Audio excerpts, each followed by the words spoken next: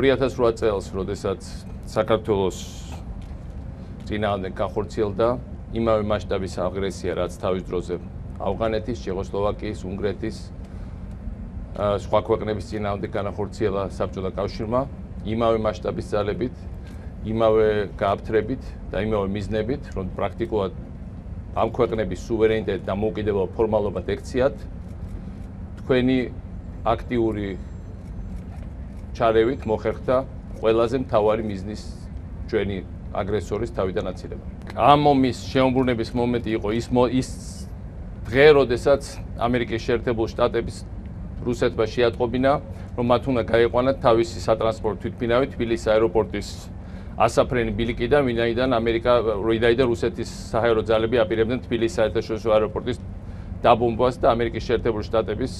თავდაცვის უწყებამ ამაზე თქვა უარი. მათ შემდეგ, რაც ამერიკის შეერთებული შტატების პრეზიდენტმა მიიღო გადაწყვეტილება დაიწყო სამხედრო ჰუმანიტარული ოპერაცია, მე-6 ფლოტის მოწინავე გემები დაიძრნენ საქართველოსკენ, ამერიკული სამხედრო ბაზები რუმინეთში და თურქეთში იქნა მოყვანილი სულ საბრძოლო მზადყოფნაში და იქნა გაძლიერებული და ამერიკელებმა სრულიად ნათლად გამოხატეს თავისი პოლიტიკური ნება გამაგრებული სამხედრო ძალით, რომ გადაერჩინათ ქართული სახელმწიფოები, რომ საქართველოს დემოკრატიულად არჩეული მთავრობა. საქართველოში წამოვიდა კოსტგარდის პირველი შეტევითი გემი დალასი, USC დალასი. პირველი გემის გატარების დოკუმენტებს დაჭირდა ფორმალობები და ამერიკის შეერთებული შტატების მე-6 ფლოტის ხელმძღვანელს შეატყობინეს, რომ ყურეების, სრუტეების გატარების ფორმალობები მზად არ იყო და მე ვესაუბრე მე-6 ფლოტის ხელმძღვანელს და მან უთხრა ყველა გამტარ მხარეს, რომ მიუხედავად იმისა, დაამუშავებდნენ ისინი დოკუმენტებს, თუ არ დაამუშავებდნენ, მე-6 ფლოტის შესაბამის გემები გაივლიდან და შემოვიდოდნენ საქართველოში და არცეთ ბიუროკრატიულ ან სხვა დაბრკოლებებს არ შეეპოვებოდნენ. ესეც იყო გადამწყვეტი მომენტი არა მხოლოდ იმ ომის, არამედ ჩვენი ქვეყნის ისტორიაში. ამერიკული სარაკეტო გემი კრუიზერი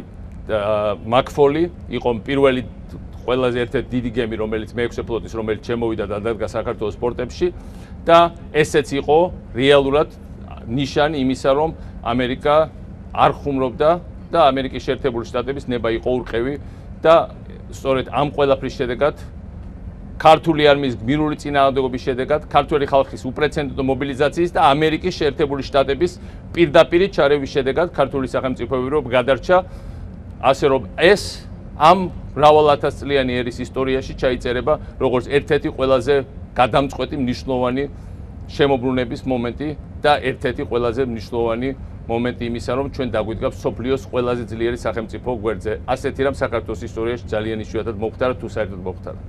მე არასდროს არ დამავიწყებ ანაპოლისის საზღვაო აკადემიაში ჩემი გამოსვლა შეხვედრა და გამოსვლა სტუდენტებთან იქ სწავლობს რამდენიმე ქართველი სტუდენტიც ასევე რამდენიმე ქართველი პატრიოტი ახალგაზრდა და ის ატმოსფერო რომელიც არის ამ წესით კაცრი განწყობის სამხედრო სასწავლებელში სიცოცხლის სავსე გახსნილი ძალიან ცნობის მოყარე სტუდენტები ძალიან თავისუფლები სწორედ აჩვენებს რას ნიშნავს სოფლიოში ყველაზე დიდი სახელმწიფო რომელიც როდისმე შექმნა და ყველაზე დიდი დემოკრატია რომელიც მართლა იდეალებს ეფუძნება და უფრო იდეა ვიდრე სახელმწიფოც კი მე მართლაც აღფრთოვანებული და აღტაცებული ვიყავი ამ აკადემიის სტუდენტებთან შეხვედრისგან მე ბედნიერი ვარ იმით რომ საქართველოს ამერიკის სამხედრო თანამშრომლობა გრძელდება შარშან იანვარში ჩვენ მივახციეთ პრეზიდენტ ობამასთან ხელშეკრულებას იმის თაობაზე, ასევე ისტორიულ ხელშეკრულებას, რომ ამერიკის შეერთებული შტატები დაეხმარება საქართველოს საჰაერო, საზღვაო და სახმელეთო დაცვის სისტემების შექმნაში, ჯარების გაწვნაში და აღჭურვაში. რა თქმა უნდა, მას შემდეგ რაც შეიქმნა GTP-ის სისტემა, რომელიც ამზადებდა საქართველოს სამშვიდობო ოპერაციისთვის, ტერიტორიული დაცვა საქართველოსთვის, ეს არის შემდგომი ისტორიული წვლილი, რომელსაც ამერიკა შეიტანს ჩვენი ქვეყნის არა მხოლოდ გადარჩენაში, არამედ შემდგომ განვითარებაში და გაძლიერებაში. მინდა დავეთანხმო ელჩ რიჩარდ ნორლანდს, რომ მნიშვნელოვანია, რომ საქართველოს სხვადასხვა პოლიტიკური ძალების წარმომადგენლები დგევართ დღეს აქ ერთად ამ გემზე და ჩვენ ძირითადი პრინციპები, ძირითადი პროგრამა, რომელიც ქართულმა ხალხმა ჩამოუყალიბა ნებისმიერ საქართველოს მთავრობას, საქართველოს გემი უსაფრთხოდ შეიყვანოს ჩილოატლანტიკური პორტების, ჩილოატლანტიკური სიმშვიდის და დაცულობის პორტში და ყურეში ამ ამოცანას საქართველოს ვერც ერთი მთავრობა ღიად ვერ უღალატებს, ვერ შეცვლის და დღეს ჩვენი აქ ერთ დგომა ამის ნათელი დასტურია და რა თქმა უნდა მე ამას დადებით ფაქტად ვაფასებ. ბუქარესტის სამიტზე ჩაიწერა რომ საქართველო გახდება ნატოს წევრი, არც ერთ ნატოს კანდიდატ ქვეყანას ისტორიულად არ მიუღია ასეთი მხარე გარანტიები არასდროს წარსულში რომ ის გახდება ნატოს წევრი. საქართველო და უკრაინა იყვნენ პირველები. პრემიერ-მინისტრმა თქვა რომ ჩვენ სიმშვიდით ხვდებით იმას რომ მართლმხატვარდებმა გადმოიწია საქართველოს რამდენიმე ადგილას და მინდა ამას გამოვეხმაუროთ. რა თქმა უნდა იმ ხალხისთვის ვისაც წაართვეს წყაროს წყალიან საძოვარი ან მიწა ვენახი მე ვიყავი ღვინის ფესტივალზე გორში და ვნახე ოჯახი რომელსაც წაართვეს რამდენიმე ათეული ჰექტარი ვენახი როგორც თვითონ მომიყვენ ძნელია მათთვის ამას შვიდად შეხვდნენ და მე მათი მშვენივრად მესმის და ალბათ პრემიერ-მინისტრიც მათ გაუგებს. მე დღეს ვიყავი განმუხურში ამ წარმოუდგენელ ლამაზ 64-ის კუთხეში საქართველოში სადაც ბოლო წლებში ასობით მილიონი ლარი დაიხარჯა ტურისტული ინფრასტრუქტურის განვითარებაზე, ძალიან ბევრ რუსულ რუკაზე, განმუხური ეს საოცარი ადგილი მონიშნულია როგორც აფხაზეთის ეგრეთ წოდებული დამოუკიდებელი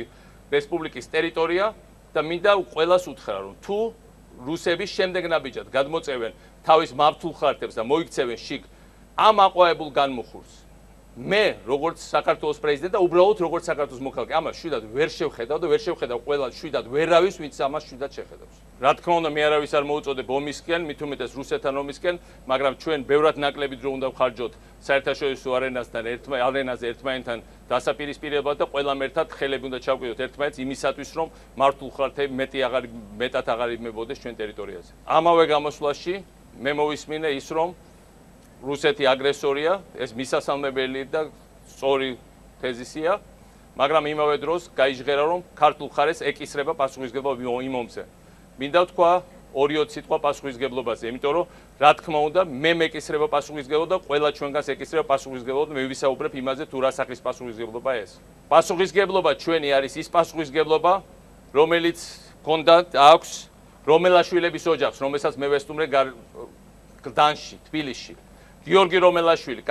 დაიღუპა ამ ომში, მისი ძმა აგრძელებს ფორმაში სამსახურს, მისი მამა დაკავშირებულია შეიარაღებულ ძალებთან, მათ მითხეს რომ ისინი გზდომენ პასუხისმგებლობას თავის დაღუპულ შვილზე, თავის დაღუპულ ძმაზე და ისინი პასუხისმგებლობით განაგრძობენ საქართველოს სამსახურს. მე ვნახე გიორგი ანწუხელიძის დედა რამდენიმე დღის წინ ქვემო ალვანში და მე ძალიან კარგად ვიცი როგორი ქალბატონი ეს და როგორ პასუხისმგებლობას გზდობს. მას ერთხელ არ წამოუკნესია ჩემთან ამაყად მომიყვარ თავის ნაეცებზე, თავის ოჯახის წევრებზე, მათ შორის ქალებზე, მათი ოჯახი და რომელთაც ჩაიცვეს ფორმა გიორგის დაღუპვის შემდეგ, იმიტომ რომ ისინი გზდომენ პასუხისმგებლობას საქართველოს და მის მომავალზე. ამ პასუხისმგებლობას ჩვენ ყველანი მივესალმებით. მე კატეგორიულად ვარყოფ, რომ საქართველოს რაიმე პასუხისმგებლობა აქვს 2008 წლის ომზე და მე მინდა სრული კატეგორიულობით გითხრათ ბატონო ბიძინა. იმედია რომ თქვენ დაუფიქრდებით ამას, ამ საკითხს. პასუხი დაუფიქრდებით ამ საკითხს, იმიტომ რომ ვინც ამას ამბობს, ან არ უყვარს საქართველო, ან აქვს სხვა სახის პრობლემები, არ არის შეკრული საქართველოს წერთან. მე იმედი მაქვს, რომ თქვენ არ ახართ შეკრული საქართველოს წერთან. იმედი მაქვს, რომ თქვენ აცნობიერებთ თქვენ პასუხისმგებლობას ასევე საქართველოს მომავალზე და იმ დაღუპული მებრძოლების წინაშე, რომელთაც გადაარჩინეს ქართული სახელმწიფოებრიობა.